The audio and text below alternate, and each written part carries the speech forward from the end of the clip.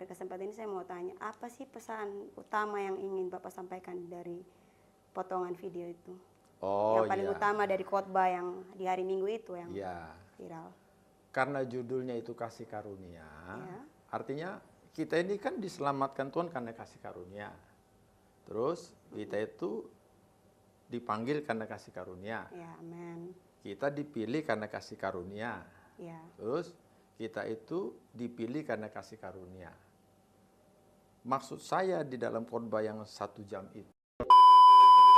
Jadi di sini saya melihat satu kesedihan.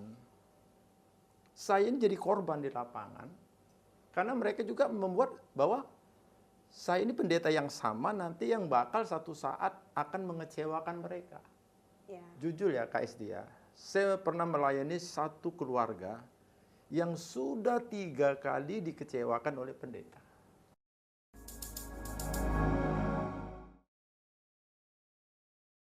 Shalom Pak Pendeta. Salam Kak Esti. Apa kabar? Baik, luar biasa. Terima Bagaimana? kasih sudah berkesempatan hadir Ya. di Connection Studio.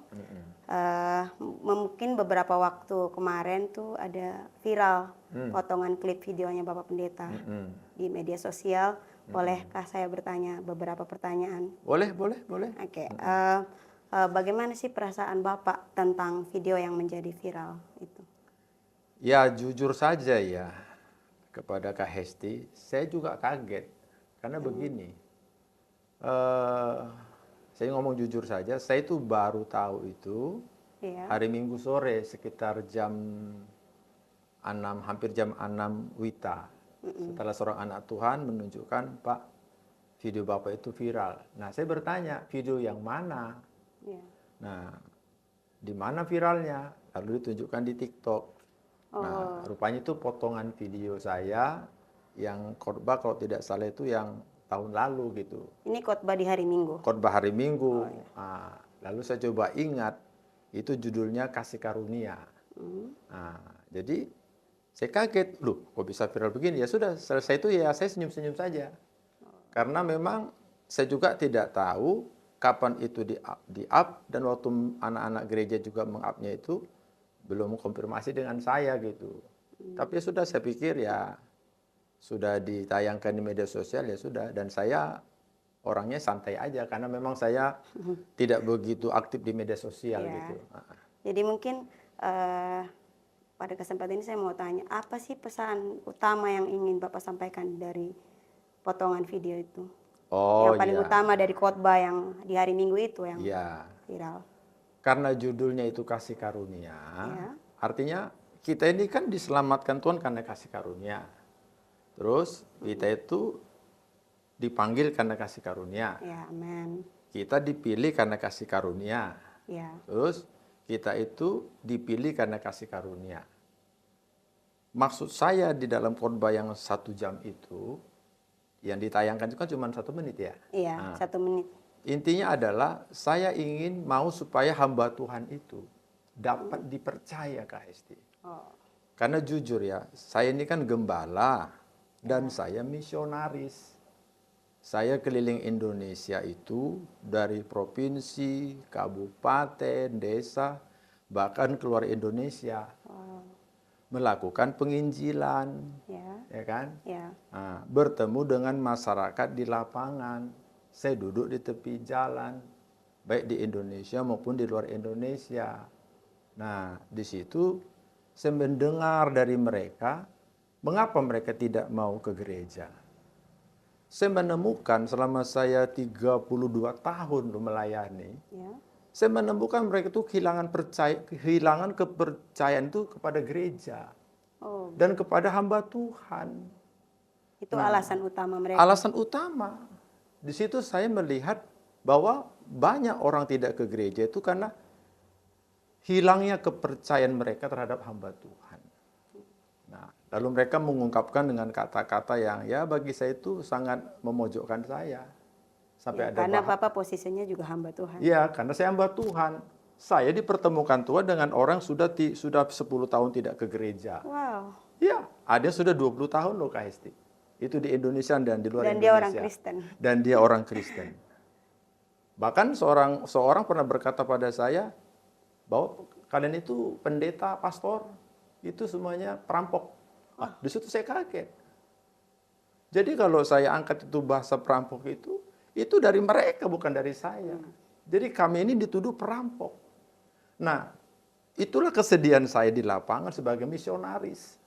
Mungkin Bapak Pendeta bisa menjelaskan maksud mereka mengatakan perampok itu dalam hal mungkin mencuri keuangan dari mereka saja atau bagaimana? Ya, jadi kata perampok maksudnya begini. Saya menemukan satu contohnya ya di luar Indonesia. Ya. Mereka itu mengumpulkan uang. Lalu mereka bekerja memberikan persembahan lah ya. Persembahan, persepuluhan, korban. Nah, selama bertahun-tahun gereja itu hampir tidak terbangun. Nah, lalu pihak jemaat atau panitia itu bertanya sama pendetanya. Nah, pendetanya marah dengan mengatakan, ini dari mereka ya, KSD. Nah, ini pun sudah lama cerita ini. Dengan mengatakan, memangnya sudah berapa uang kasih buat gereja? Ini benar, ini fakta.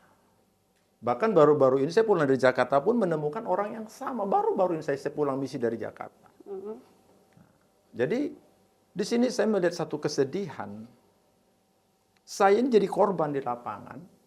Karena mereka juga membuat bahwa saya ini pendeta yang sama nanti yang bakal satu saat akan mengecewakan mereka. Jujur ya Kak Estia, saya pernah melayani satu keluarga yang sudah 3 kali dikecewakan oleh pendeta. 3 kali loh. Nah, berarti ketika saya bertemu dengan mereka, saya yang keempat. Nah, wajar ada pemikiran mereka yang sudah terbangun. Terbangun. Oh, jangan-jangan ini pendeta ini awalnya bagus, lama-lama seperti kami. Nah, seperti yang semula. Semula, tidak jadi semula. Nah, jujur sebagai seorang pastor, sebagai seorang pendeta lah, seorang misionaris, saya terpojok di sini. Apalagi dengan dia mengatakan, pendeta itu perampoknya. Nah, jadi bahasa perampok itu dari mereka. Statement yang diambil dari. Jadi kalau itu pertanyaan KHST tadi, saya hanya rindu, marilah kita pendeta, apapun, dimanapun kita berada, kita dapat dipercaya. Saya sangat senang satu ayat itu. Tunggu, saya ingat dulu. 1 Korintus 4 ayat 1-2 bisa dibaca. Sebentar. 1 Korintus 4 ayat 2. Nah, ini kata Rasul Paulus kepada hamba-hamba Tuhan. Saya bacakan ya Bapak Pendeta, 1 Korintus 4 ayat yang kedua. Yang akhirnya dituntut dari pelayan-pelayan yang demikian ialah bahwa mereka ternyata dapat dipercayai. Lanjut ayat 2. Ayat yang ke ini ayat 1 dulu. Ayat 1.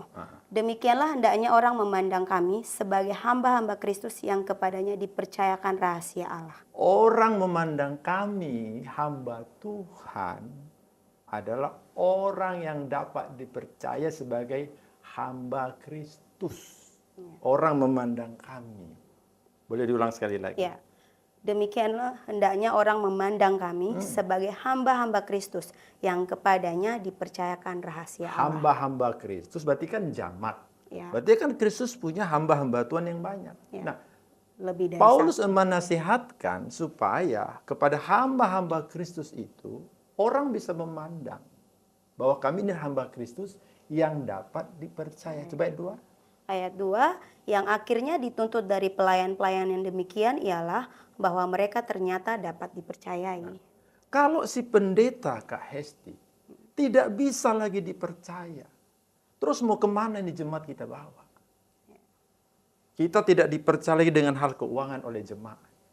Dan tidak sedikit jemaat yang keluar dari gereja karena tidak percaya sama pendetanya. Syukur kalau dia pindah ke gereja lain.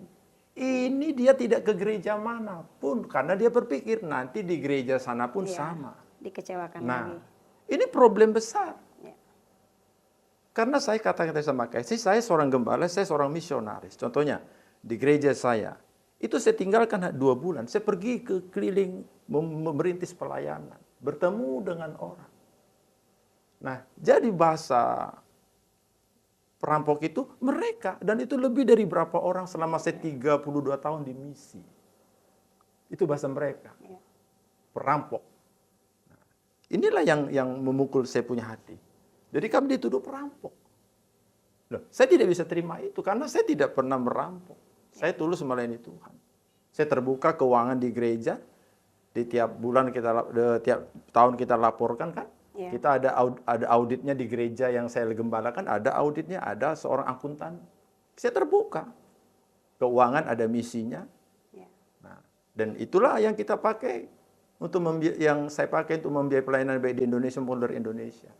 Jadi intinya adalah saya rindu hamba Tuhan ini dapat dipercaya. Jangan dibilang orang kita ini perampok. Perampok berjubah pendeta. Yang menyakitkan Kak Hesti. Kami dikatakan kami pendeta ini perampok berjubah pendeta. Wow. Loh, ini fakta di lapangan loh. Nah, jadi khotbah saya itu, waktu saya katakan perampok itu bukan saya mengajar pada satu organisasi, itu pengalaman hidup. Karena saya punya guru dalam misi namanya Benyamin Wong. Nah, Benyamin Wong bilang begini, kalian pendeta tidak boleh mengkorbankan yang belum kalian alami. Ya. Nah, jadi Benyamin Wong berkata begini, korbankanlah yang sudah kau alami. Makanya saya punya prinsip, my life is my preach, hidupku adalah khotbahku, and my preach is my life. Khotbahku adalah hidupku. Jadi aku sudah mengkhotbahkan kisah perjalanan saya, bagaimana menghadapi orang-orang yang sudah tidak ke gereja manapun. Selama saya melakukan misi, saya seorang misionaris, baik di Indonesia, luar Indonesia. Nah, saya rasa itu cukup jadi alasan saya mengangkat itu. Ya. Jadi biar publik tahu juga. Gitu. Oh iya, supaya publik tahu. Bahwa itu khotbah itu pengalaman saya, kisah hidup saya. Ya. Dan jujur Kak Hesti, saya juga pernah jadi korban. Korban seorang pendeta yang kasusnya keuangan. Nah, uang itu hilang. Nah, saya sudah tulus membantu.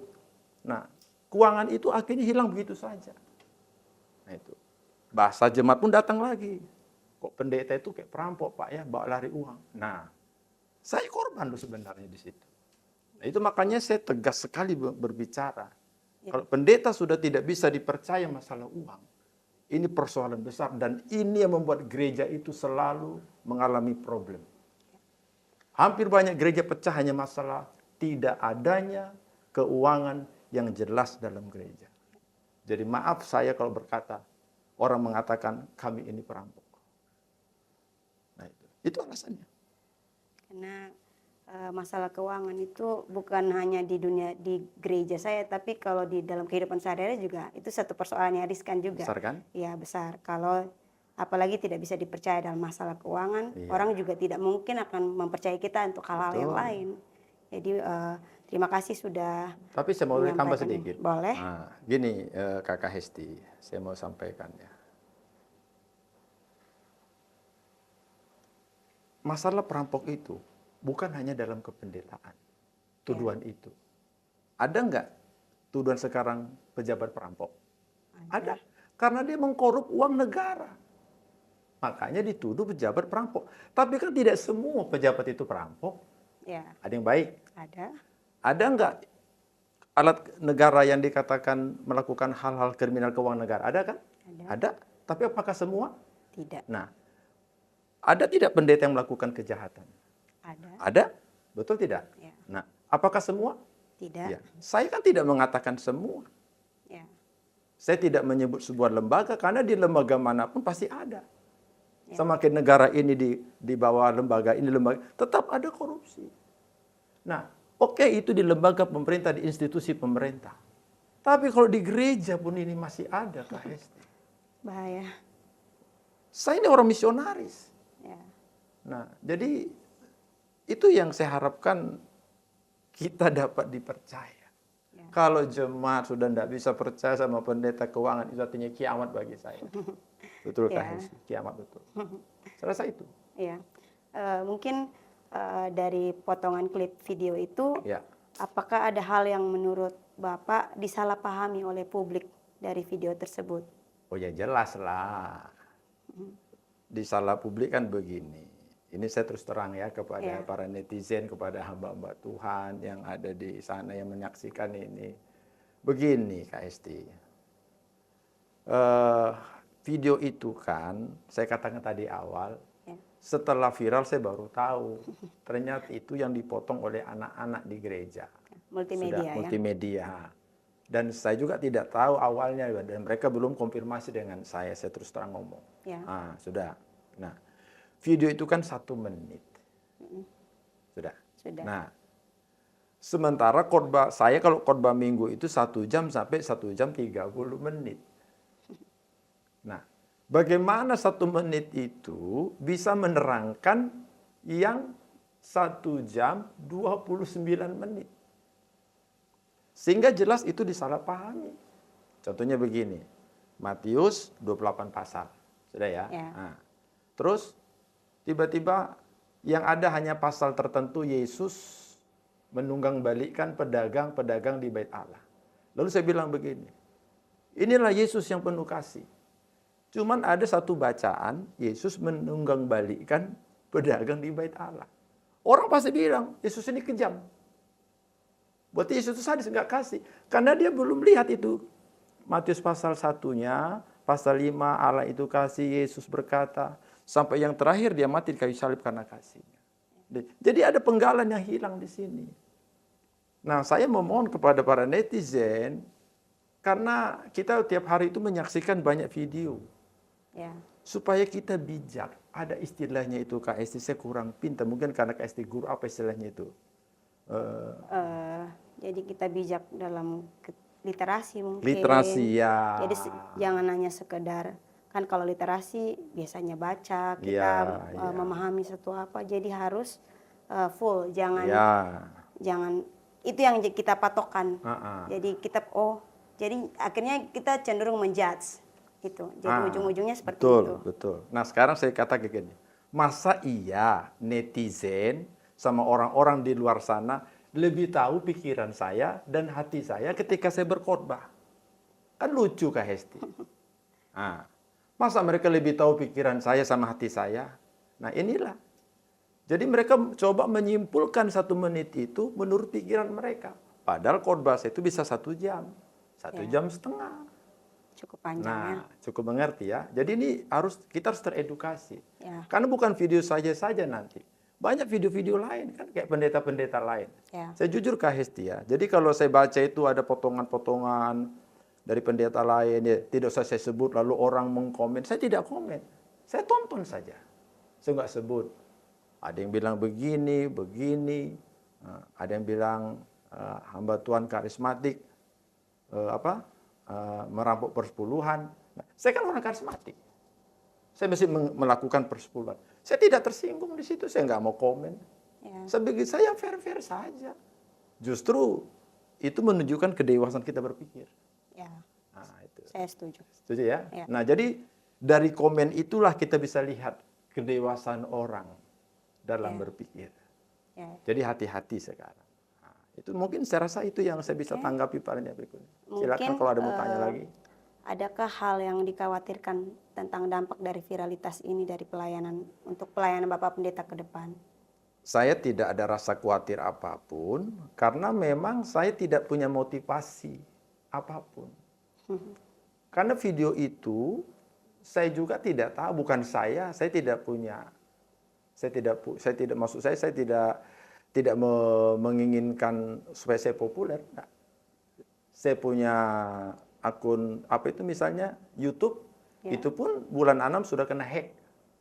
Padahal video saya itu sudah ratusan, kan sudah monetisasi, sudah kena hack, ya sudah saya tidak urus lagi, biarin saja, nggak pusing saya. Saya juga jarang main FB. Nah, jadi gereja ini milik Tuhan, saya milik Tuhan. Saya sampai hari ini tidak berpikir adanya pengaruh negatif terhadap pelayanan saya. Ya biasa saja. Jadi aman-aman saja. Aman saja, saya tidak takut apa-apa. Apa yang saya takuti? Orang memang saya tidak ada maksud jahat di situ. Saya tidak ada maksud tersembunyi di situ. Nah, bagi saya kalau ada netizen di luar sana yang komen negatif atau positif, sah-sah saja. Itu kebebasan mereka. Tetapi saya bilang tadi, kita bisa baca cara pikir orang dari situ. Masa iya mereka lebih tahu pikiran saya sama hati saya? Kan lucu. Nah, ngerti kan Kak Hesti? Boleh saya kasih ilustrasi nggak? Boleh. Nah, Kak Hesti, kita makan di warung Padang. Sudah? Udah. Ada warung Padang A ini. Ya gitu. Warung Padang A, warung Padang B. Nah, terus kita makan rendang. Nah, setelah kita makan rendang, makan nasi makan rendang di warung Padang A, kita berdiri di depan warung Padang A. Ya kan? Karena kan kita makan di warung Padang A. Ya. Nah, sebelahnya kan warung Padang B. Terus saya bilang begini, Kak Hesti, warung Padang A ini enak kali rendangnya ya. Terus Kak Hesti bilang, iya Pak Pendeta. Waktu saya ngomong begitu, didengar oleh pemilik atau pegawai warung Padang B. Terus dia laporkan sama orang di sana. Itu ada orang makan di warung Padang A.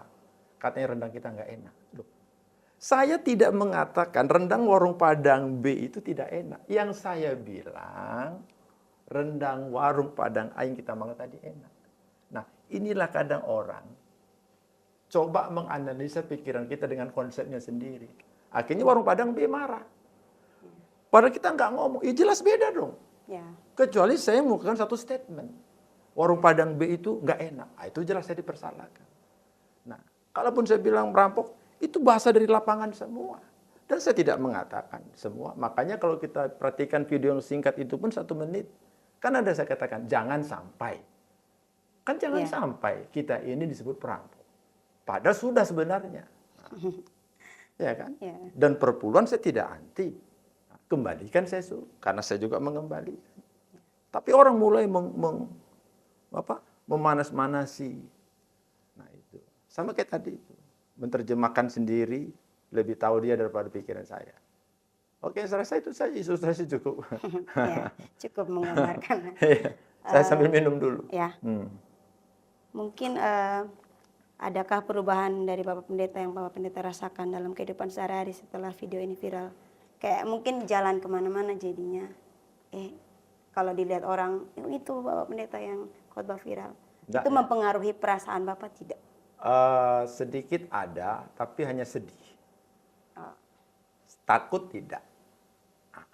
Hanya sedih, mengapa akhir-akhir ini, bangsa kita ini,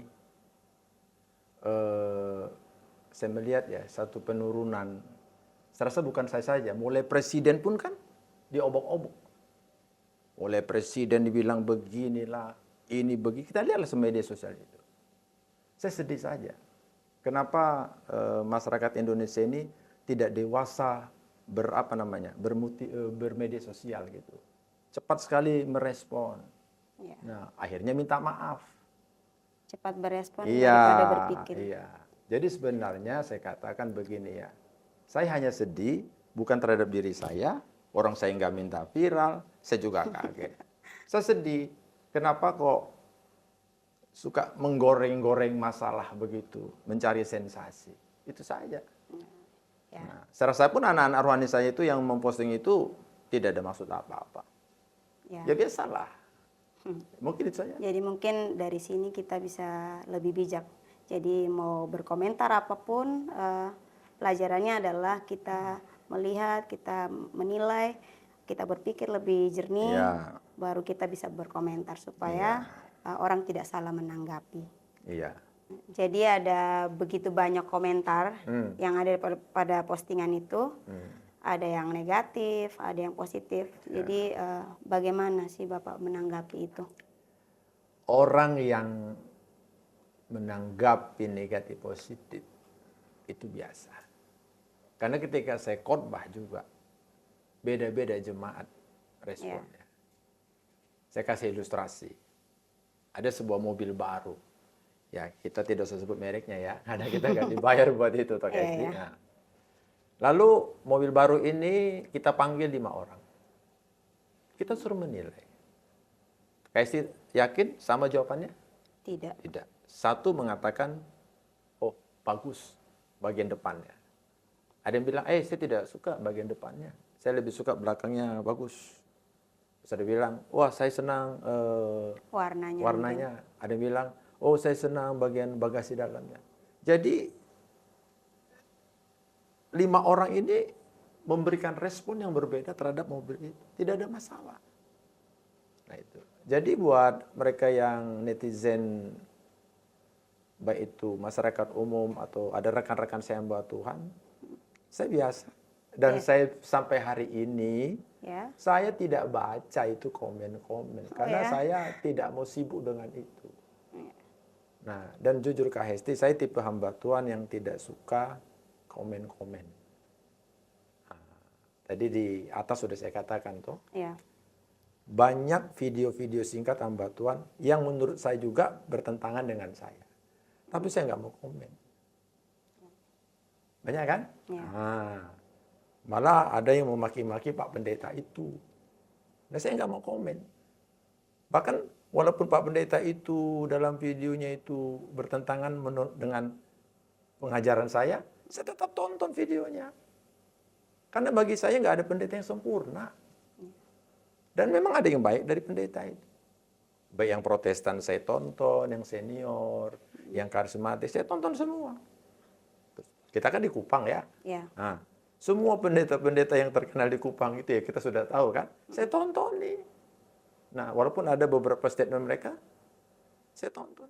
Dan saya tidak pernah bawa mereka itu di mimbar saya. Nah itu, tetap saya tonton. Karena bagi saya itu, ya silakan mereka mengekspresikan iman mereka. Seperti saya bilang kan, ada kok hamba Tuhan mengatakan, karismatik itu sesat. Ya kan? Basor itu sesat. Saya nggak mau komen. Nah, saya kan orang karismatik. Saya percaya Basaro, terus dibilang Basaro itu sesat. Untuk apa saya komen? Ya biar aja. Karena dia tidak percaya sudah. Jadi Bapak santai saja dengan setiap komentar. Dia bilang pendeta karismatik itu contohnya apa? Merampok. Nah sama kayak yang saya ditanya di merampok. Nah itu merampok per bulan. Saya nggak marah. Tidak marah. Untuk apa saya marah? Dan yang lain-lainnya lagi. Jadi biasa deh. Artinya gini, kalau kita nggak siap di media sosial, jangan tonton punya orang. Iya sih. Iya, jangan tonton lewati aja ya kan banyak yang lucu-lucu kan, yang apa itu apa istilahnya kalau lucu-lucu itu yang kalau yang bikin humor-humor, yang bikin ketawa, tonton saja itu kan nggak menyinggung kita kan, nah itu aja. Karena kan zaman sekarang semua orang serba apapun orang muat di media sosial gitu kan, jadi sudah zamannya ya. Iya, jadi kayaknya kalau tidak muat di media sosial tuh sebenarnya kurang up to date gitu. Jadi mungkin saya mau tanya dulu, menurut Bapak sih, apakah media sosial baik IG, TikTok, Facebook adalah alat yang efektif untuk menyebarkan pesan spiritual? Karena kan seperti Bapak saja potongannya sudah begitu banyak viral gitu. Jadi menurut Bapak di media sosial, di beberapa media sosial itu adalah alat yang paling efektif untuk menyebarkan pesan secara spiritual?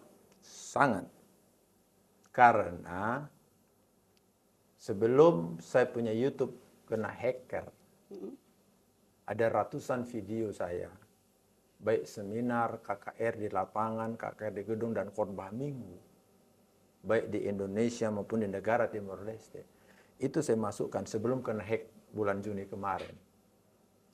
Kenapa saya masukkan? Untuk membawa pesan Tuhan yang dikaruniakan pada saya. Meskipun saya tahu ada pendeta lebih baik dari saya. Cara penyampaian ayat yang sama. Nah, tapi sebagai hamba Tuhan, saya merasa saya juga ingin menyampaikan pesan Tuhan lewat kasih karunia-Nya yang ada pada saya. Sekalipun mungkin tidak sebaik rekan-rekan dan senior-senior. Nah, jadi bagi saya itu sangat penting. Nah, sampai hari ini pun saya berusaha, kalau di setiap momen pelayanan itu, saya berusaha untuk menyampaikannya juga lewat media sosial. Cuman ya ini tadi ini masalah TikTok ini. Ini mungkin TikTok perdana atau saya tidak tahu, karena saya tidak pernah ngikutin. Nah, saya tahu hanya viralnya saja. Dan orang sudah rame, banyak komentar. Ya, saya hanya senyum-senyum. Memang saya tidak punya tujuan apa-apa. Nah, itu. Hanya itu multimedia saya yang membuat itu. Sudah itu aja. Oke. Dari yang sudah viral ini, apa sih harapan Bapak dari video itu yang sudah viral? Harapannya ke depan? Harapan ke depan apa ya? Karena di situ kan, kalau saya ingat itu penyampaiannya kan 1 jam ya, lebih ya. Itu hanya dipotong 1 menit. Di situ ada pesan. Sebenarnya itu pesan itu 2 di situ. Karena topiknya kasih karunia. Iya. Jadi mungkin Bapak bisa menjelaskan. Karena kalau saya nggak salah judul video itu kasih karunia. Ya. Kita diampuni, dipanggil, dipilih, dipakai karena kasih karunia. Dosa kita diampuni masa lalu, sekarang yang akan datang karena kasih karunia. Di dalam perjalanan iman kita, Kakak Hesti, apakah kita seorang jemaat, pelayan Tuhan, atau seorang pendeta, semua karena kasih karunia. Dari awal kita bertobat sampai hari ini kita melayani, ada nggak kesalahan? Ada. Ada nggak kekurangan? Ada. Ada nggak hal-hal yang lain lagi? Ada. Kenapa Tuhan pakai? Karena kasih karunia. Nah, hendaklah kita hamba Tuhan ini yang sudah kategori hamba Tuhan, mendapat kasih karunia, katakan lebih. Karena kepada kita dipercayakan rahasia firman Allah. Seperti saya katakan di awal tadi, 1 Korintus 4 ayat 1. Nah, orang memandang kami sebagai hamba Kristus yang dapat dipercaya karena kepada kami dipercayakan rahasia firman. Nah, ini luar biasa. Nah, kalau kepada hamba Tuhan, sosok yang dihormati, dipercaya jemaat bawa duit, jemaat bawa hartanya, kayak di Kupang kan, jemaat panen padi bawa padi ke gereja. Nah, coba, babinya beranak bawa babi, ayam bertelur bawa telur. Kenapa? Kasih tahu kenapa? Karena dia percaya toh, mengasihi saya sebagai gembala. Nah, kalau sempat saya tidak dipercaya oleh mereka, kira-kira mau kemana ini gereja ini? Ada nggak lagu sekelumnya kayak hendak kemana dibawa hubungan kita, kira-kira gitu kan? Ada lagunya kan? Ada. Iya. Nah, kalau saya jadi pendeta yang nggak bisa dipercaya jemaat masalah keuangan, dituduh merampok, seperti bahasa yang saya dengar di lapangan, pendeta perampok. Terus saya mau kemana jemaat? Nah, makanya pesan saya, hendaklah tetap dapat dipercaya. Seorang pendeta tetap dapat dipercaya, terlepas punya kelemahan, keterbatasan, kekurangan. Tapi ada standarnya. Kasih tahu apa standarnya itu? Tidak. Pesta di Kana, dari awal sampai akhir, anggurnya manis. Padahal sebenarnya ketika pesta itu berjalan, ada masalah, kekurangan, tapi karena Yesus ada di situ, pesta itu berjalan aman. Dan pemimpin pesta berkata, belum ada pesta seperti ini. Biasanya kalau pesta itu orang kasih anggur yang baik. Lama-lama yang kurang tapi baik. Pesta ini dari awal sampai akhir, anggurnya manis. Sejujurnya, kami hamba Tuhan, yang banyak kelemahan, kekurangan, keterbatasan, dituntut punya standar yang sama. Dari awal pelayanan, sampai kami mati di peti mati, diantarkan jemaat ke pemakaman, harus punya standar yang sama, yaitu dapat dipercaya jemaat dan dapat dipercaya Tuhan. Saya setuju. Itu dia. Ya, terima kasih. Mungkin karena Bapak kan tadi bilang Bapak pelayanan misi, terus baik di lingkup kabupaten, provinsi sampai ke bangsa-bangsa. Tadi Bapak sempat sebutkan Timor Leste ya. Mungkin saya mau tanya juga, karena di video itu kan Bapak singgung tentang perpuluhan tuh. Jadi mungkin saya mau tanya di sini, apakah di gereja Bapak masih menerapkan tentang perpuluhan? Lah iyalah Kak Hesti. Karena ada gereja-gereja yang sebenarnya tidak lagi. Nah, kalau ada gereja yang tidak menerapkan perpuluhan, ya itu kan alasan doktrin mereka, nggak persoalan. Dan saya bukan hakim atas gereja manapun yang tidak melakukan apa yang saya lakukan. Satu contoh, 5 hari lalu saya diundang oleh satu lembaga bisnis di kota Kupang. Pemilik ini seorang Katolik. Iya, tapi dia akrab sama saya. Saya khotbah di situ. Selesai khotbah, saya diajak makan di lantai 3. Nah, dia bertanya begini, Pak Pendeta, saya seorang Katolik. Oh iya, saya bilang. Saya sudah 2 tahun loh situ Kak Hesti. Saya nggak pernah pengaruhi iman mereka supaya ikut-ikut sama gereja saya, enggak. Itu kan urusan mereka. Ya. Aku diundang hanya untuk menyampaikan firman buat pegawai-pegawainya. Nah, katanya begini, saya seorang Katolik. Kemana saya bawa perpuluhan saya? Saya bilang begini, kalau ibu gereja karismatik atau protestan yang menerapkan perpuluhan, ya bawalah ke gereja. Biarkan organisasi yang mengelolanya. Walaupun sudah menyebar di mana-mana, ada orang yang nggak mau bawa lagi kan? Karena itu kan ini kan bukan dari saya, ini kan udah menyebar mana-mana nih. Nggak percaya lagi sama pemimpinnya.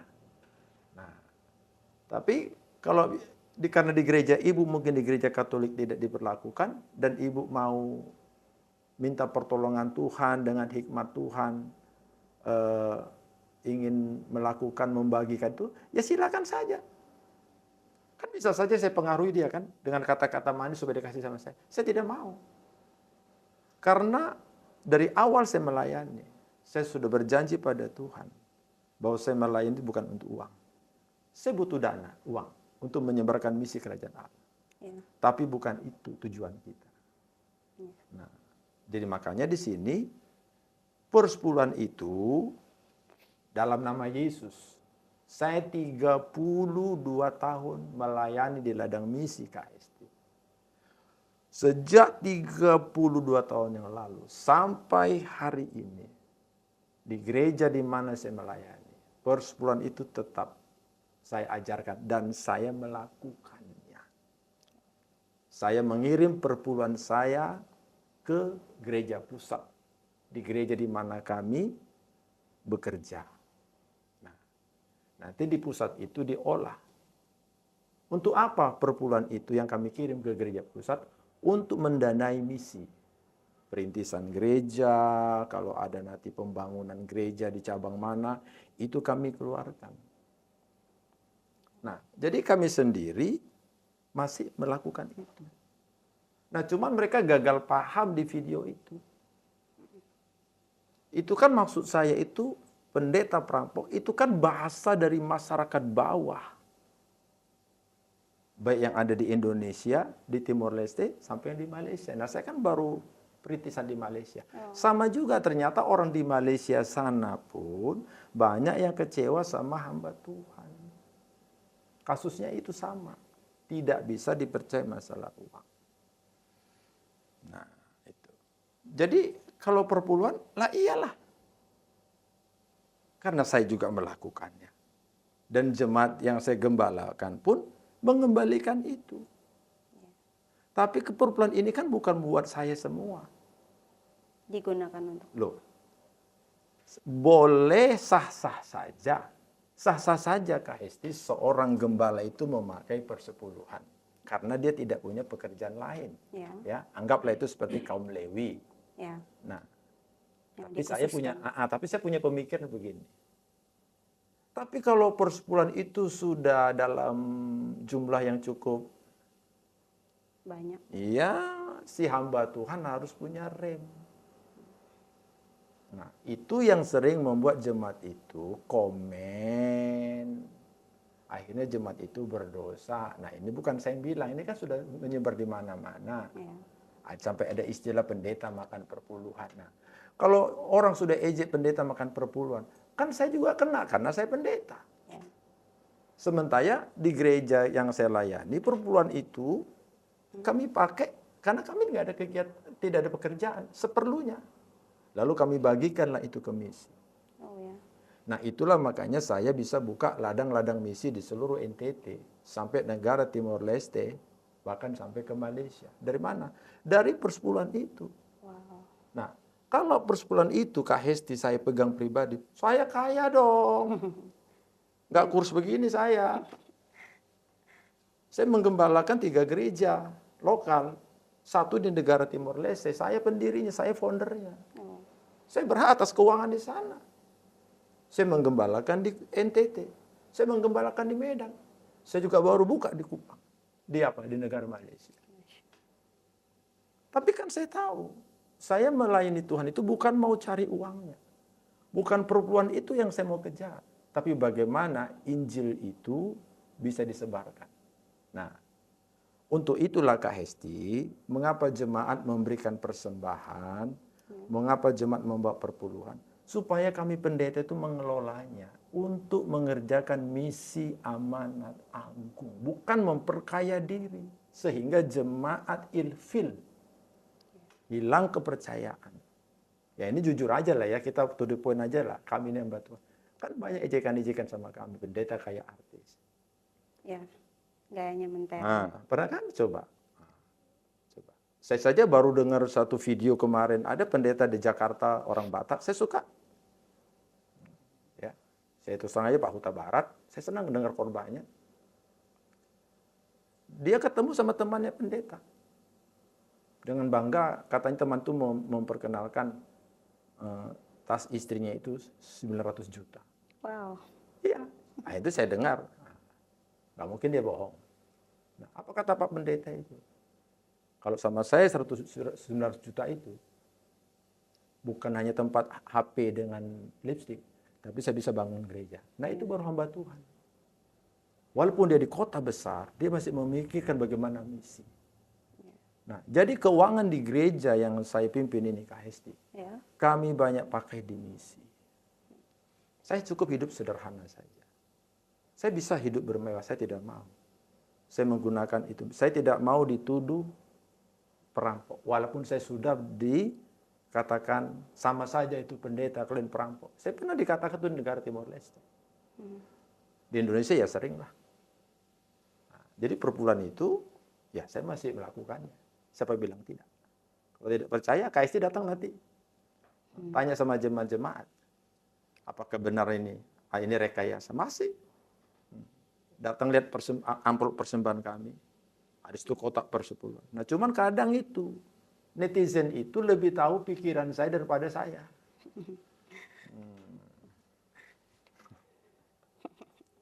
Lucu. Nah, makanya saya punya prinsip begini. Kalau pelayanan itu sudah menghidupi kita, ya, hidupilah pelayanan itu lagi. Berarti maksudnya ya? Nah, kalau pelayanan yang kita kelola itu sudah menghidupi kita, ya kita hidupi lagi. Nah, contohnya, mengapa pendeta banyak nggak dipercaya orang? Uang masuk, tapi nggak ada perkembangan pelayanan. Misinya nggak ada, keuangannya nggak jelas. Nanti kalau ditanya, keluarlah bahasa sakti kami para pendeta. Ya, kalau sudah memberi jangan ditanya-tanya. Nah, pernah nggak kasih dengar? Sering kan? Nah, orang-orang ini keluar dari gereja. Coba, kalau saya ditanya, oh siap saya jawab. Karena saya juga ada jemaat di sini yang accounting. Nah, dia yang saya percaya untuk mengawasi keuangan, silakan diperiksa kemana uang itu keluar. Nah, inilah kuncinya sebenarnya, KST. Jadi keuangan gereja itu selain persembahan, ada nazar, persepuluhan, kita kelola. Buka misi, tap. Nah, kenapa? Terus saya menyekolahkan anak-anak gereja yang rindu jadi hamba Tuhan, orang tuanya nggak mampu. Oh ya? Oh iya. Saya ada kirim 3 orang di Estetika Naan, Ungar. Pendaftarannya, semuanya saya biayai. Sampai mereka tamat. Kenapa? Karena mereka rindu. Untuk itulah saya diberkati. Untuk itulah jemaat bawa uang ke gereja, bawa persembahan, bawa perpuluhan. Masa saya makan semua, Kak Hesti? Ya nggak mungkin. Lalu, karena mereka rindu, saya sekolahkan. Kan bangga kita nanti. Mereka jadi hamba Tuhan. Ya kan? Nah, mereka bisa mengerjakan misi Kristus. Dan mungkin mereka dipersiapkan untuk ladang misi. Nah, dan saya beriman tahun depan, mungkin saya akan kutus kalau 5, 7 saya sekolahkan lagi. Wow. Terus uang ini saya mau kemanakan? Ya saya makan 1 hari 2 kali. Itu pun kadang malas, maka saya kurus begini. Jadi uang itu saya gunakan atas sepakatan dengan istri saya untuk menyekolahkan mereka, membiayai misi. Dan ini saya lakukan. Jadi saya tidak anti perpuluhan. Karena memang saya lakukan itu, ada kotak persembahannya di gereja saya. Nah, maaf, bukan di gereja saya, di gereja yang saya layani. Saya nggak punya gereja, itu gereja, maaf, saya tarik kata-kata itu. Gerejanya Tuhan Yesus. Gereja Tuhan Yesus, ya. Itu paling anti saya. Terus apa lagi? Oke, mungkin itu saja sih Bapak Pendeta. Terima kasih banyak untuk waktunya dengan saya hari ini. Mungkin pesan aja buat masyarakat di luar sana untuk hamba-hamba Tuhan dari podcast kita malam ini. Yang saya ambil adalah sebagai hamba-hamba Tuhan, seperti firman Tuhan tadi kita sudah bacakan bersama-sama 1 Korintus 4 ayat 2. 1 dan 2. Oh, 1 dan 2, jadilah hamba-hamba Tuhan yang dapat dipercaya. Kemudian karena kepadanya dipercayakan rahasia iman. Oke, jadi kemudian jadilah orang-orang yang bisa mengelola keuangan sebagai hamba Tuhan, supaya tidak lagi kita disebutkan sebagai perampok keuangan. Mungkin itu saja. Tuhan Yesus memberkati. Terima kasih Pak Pendeta. Terima kasih ya. Sudah mengundang saya. Ya. Saya minum dulu. God bless.